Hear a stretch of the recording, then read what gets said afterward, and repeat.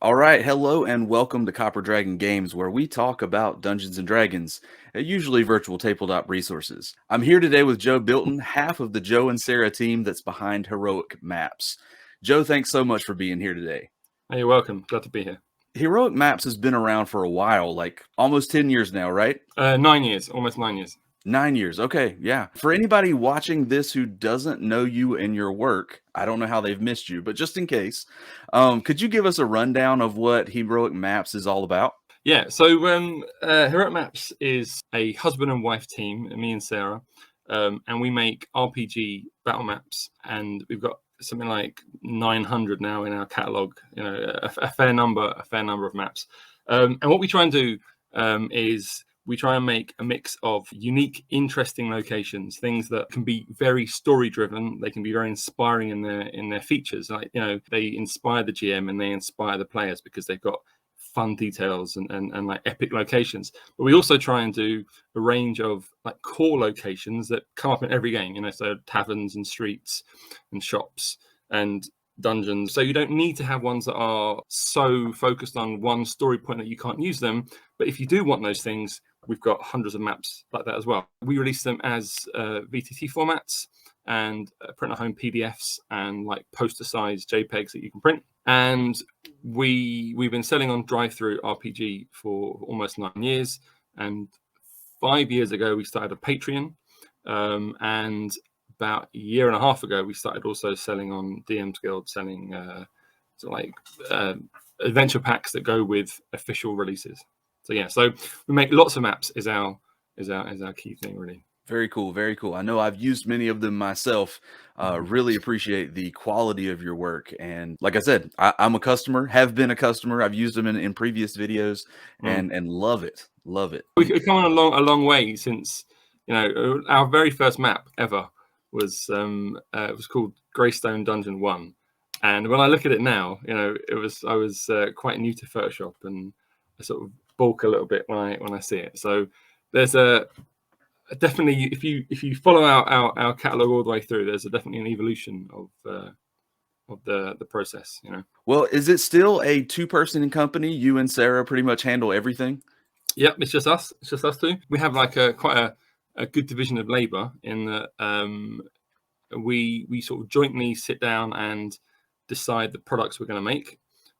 So we look for gaps in things. We look for existing things we've done that we could add to, or just like we watch a film and we both turn to each other and say, that should be a map. We should make a map of that sort of thing. That'd be a good thing. And then we sketch it out together. I do all the Photoshop artwork.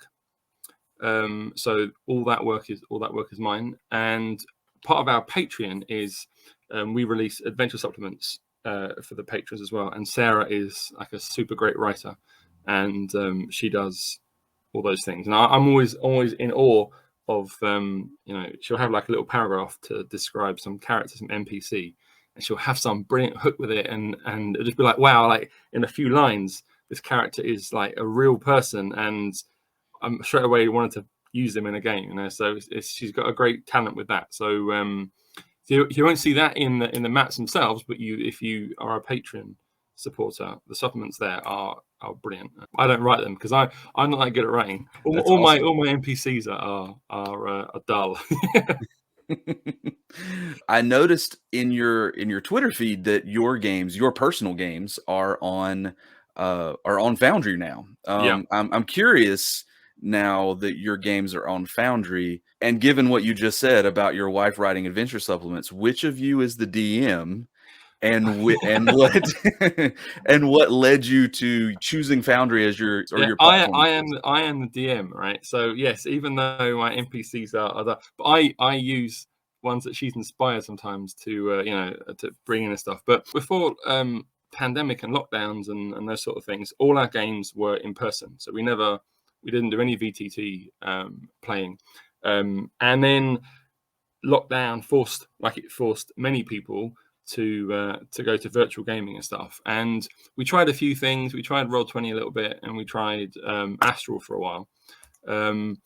And Astral was good. Didn't quite hit sort of like what we wanted. And I'd seen Foundry sort of advertising things, and I watched some of your videos, and I was like, actually, you know what? I reckon I reckon this looks pretty good actually. So we switched to Foundry, and honestly, I haven't looked back. It's absolutely brilliant. You know, it's I mean, what from a map point of view, I think it's very map friendly. You know, like there's no real limits, like practical limits in file size. You're not going, okay, this has to be less than 5 meg and low resolution and whatever stuff. So since we put a lot of emphasis on enjoying our maps in our games, it's nice to have a VTT that really brings them off well. The good resolution and stuff.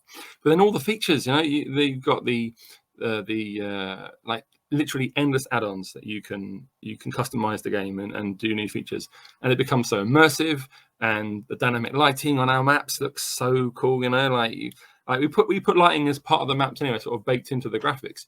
But often when you put then the flickering torch over that existing thing, just the colors blend together really nicely. It feels like real torchlight. The shadows on the columns and stuff. I love it. It's brilliant. And so one of my most regular games I play is with my dad and brother, and they had never played D&D at all until we started playing virtually.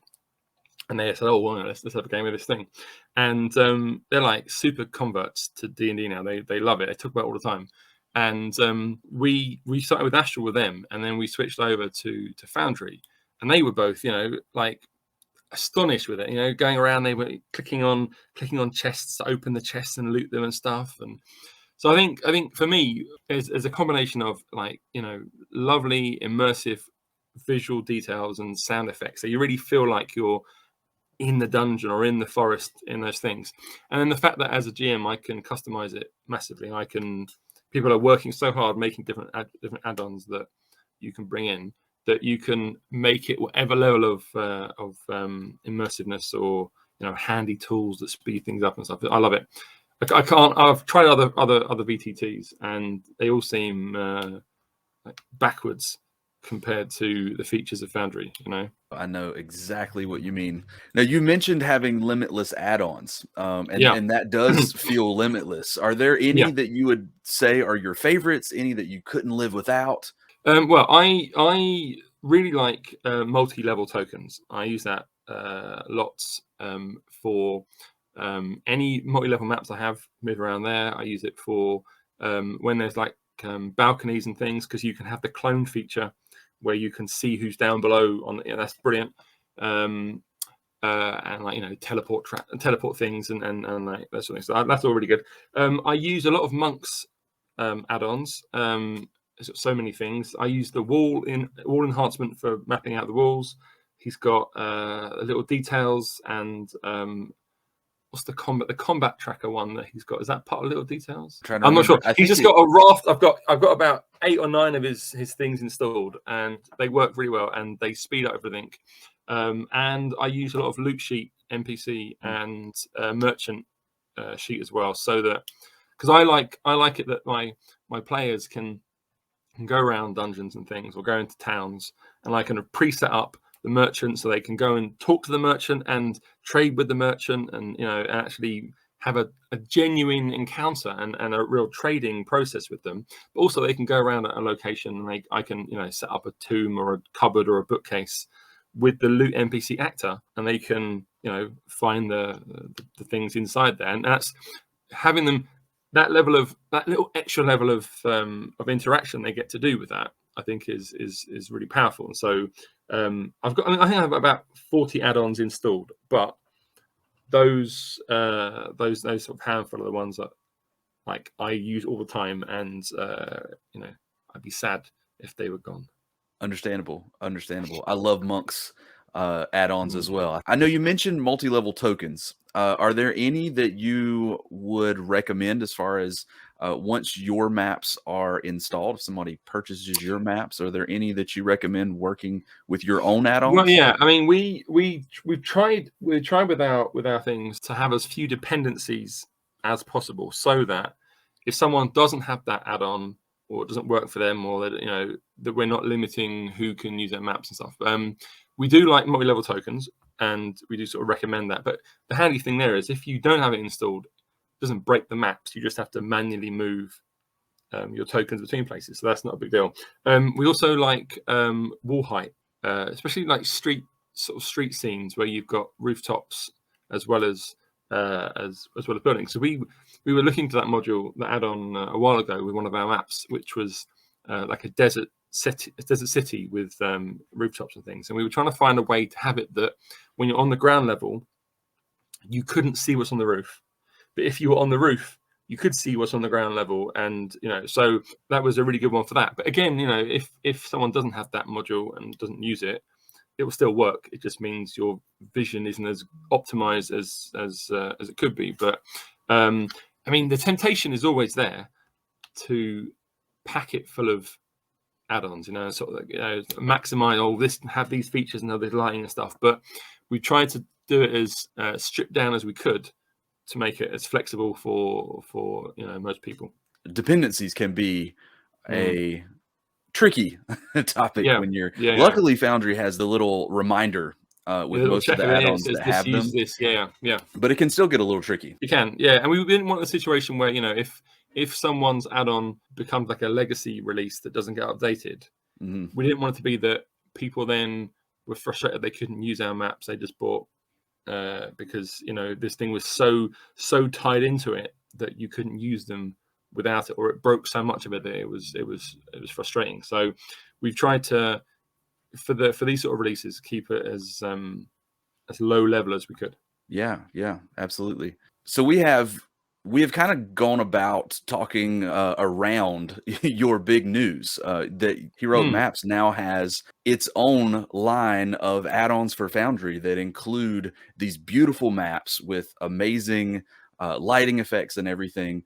Can you tell us more about that product line? So it sort of came around largely because I was using Foundry, and once I realized how easy it was to set up walls and things, and also not how easy, but also how addictive it was to set up a map, to think, I'll put the lighting in here and this would be good and I'll have the walls here. And we had lots of patrons who had asked us about Foundry support. They had said, do you have any plans to?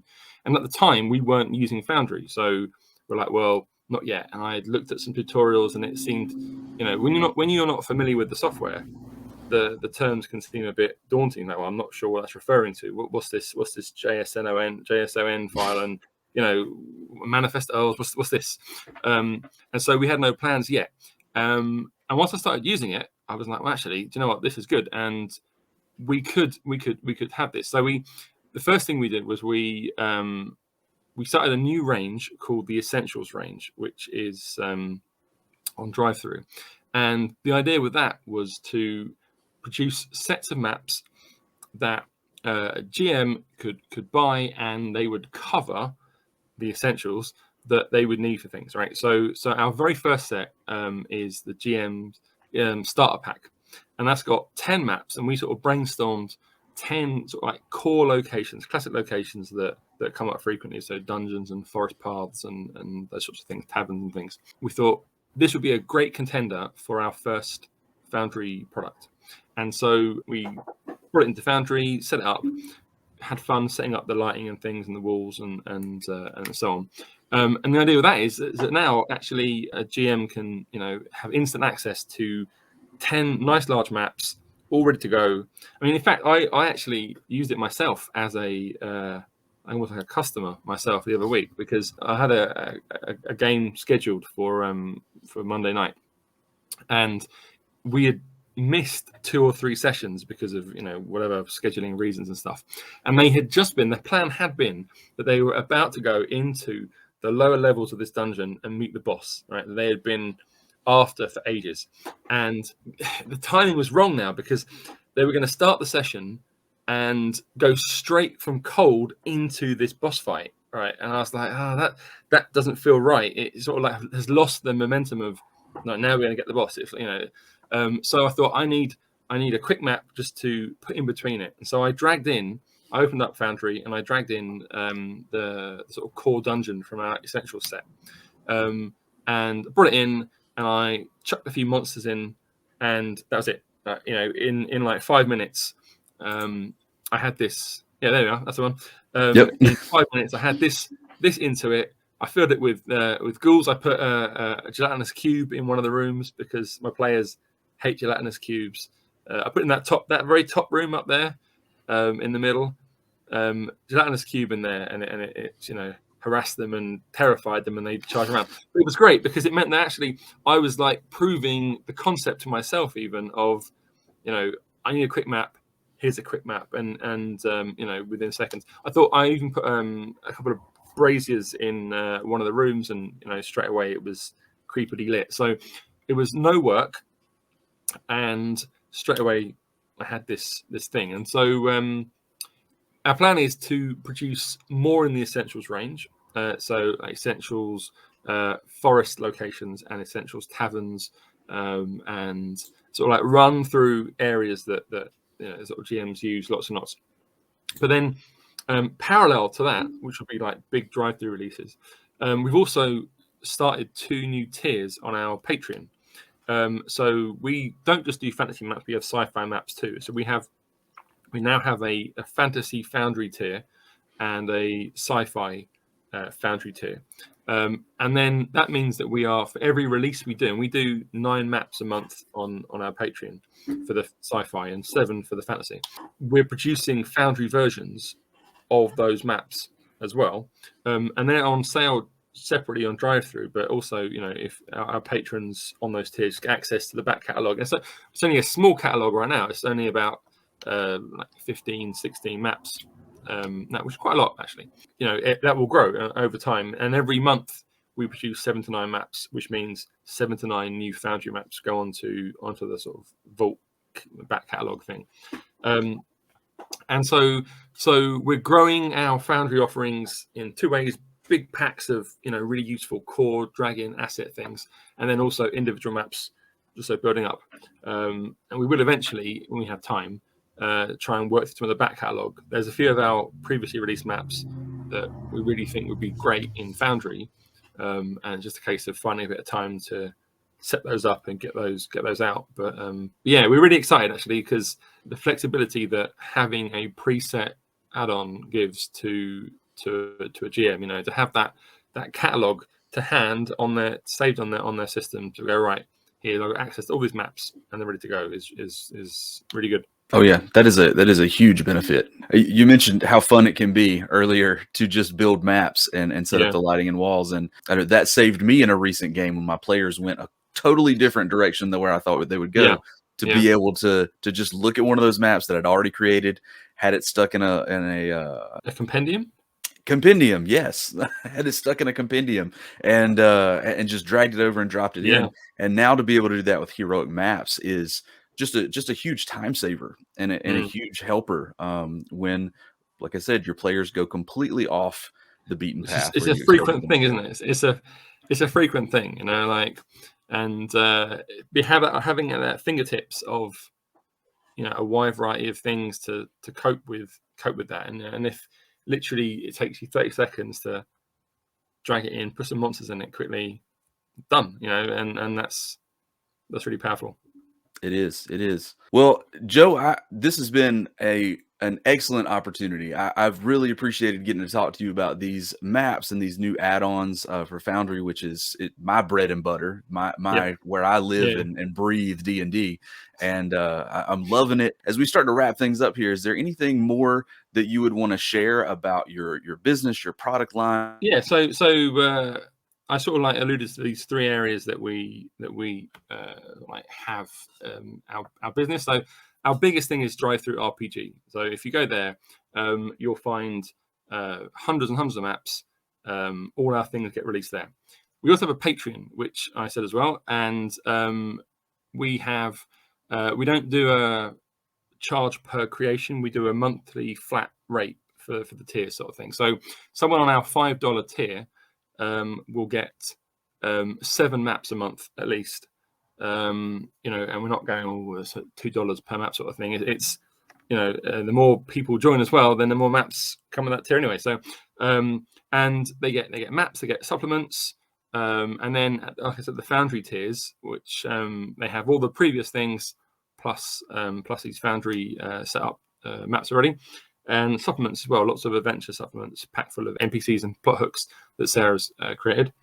And we also do DM's Guild maps. And so we're currently working through Candlekeep Mysteries, and we've done 8 of the 17 maps, 17 adventures. And we got a few other ones like a bit of Waterdeep here and there, like a bit of scattershot there. But Candlekeep we like particularly because they're basically like one shots, you know, and you can easily drag them into any adventure. You can go, right, okay, my players need a quick thing in between sessions, or they've gone to this town. I know what I'll do. I'll bring this other little mini one in. So we're enjoying that and working through those. And what we do with those is we call them DM resource packs. And they consist of like our nice versions of the official maps. So we do like full color sort of map maps of those locations. But also when the adventure has mentioned somewhere else but not mapped it, we also then map those locations. So, you know, if a combat takes place in a generic street, well, we're going to give you a street so that you can actually play on the street, sort of thing. And we also write 4 or 5 pages worth of tables and plot hooks and alternate adventures and items that you might find. So to really flesh out the adventures, and those are on DM's Guild. Oh yeah, the last thing is that we've got a code for you to put on the video, which is a 30% discount code for our Essentials GM Starter Pack VTT Foundry VTT version. So that's 30% off the price of that, and it's there forever. So you watch this video in 62 years time, the code will still be good as long as, you know, drive-through exists. Yeah. Which is awesome. Yeah, and one of the best things about being in the map realm is even if in 73 years we're on Dungeons and Dragons version 35, the maps will still be awesome. Still got the maps, yeah, exactly. Well, Joe, again, thank you so much for being here. Thank you also for the 30% off discount for my viewers. That's amazing, and we really appreciate that. And it's been a pleasure. Yeah, thanks so much. Just really good to talk to you. If you enjoyed this video and found some value in it, I want to encourage you to check out our other videos and playlists, which you can find right here. Also, don't forget to like and subscribe so you can follow along. And if you want to make sure you never miss anything, click that notification bell before you go as well. Thanks for watching, and we'll see you next time.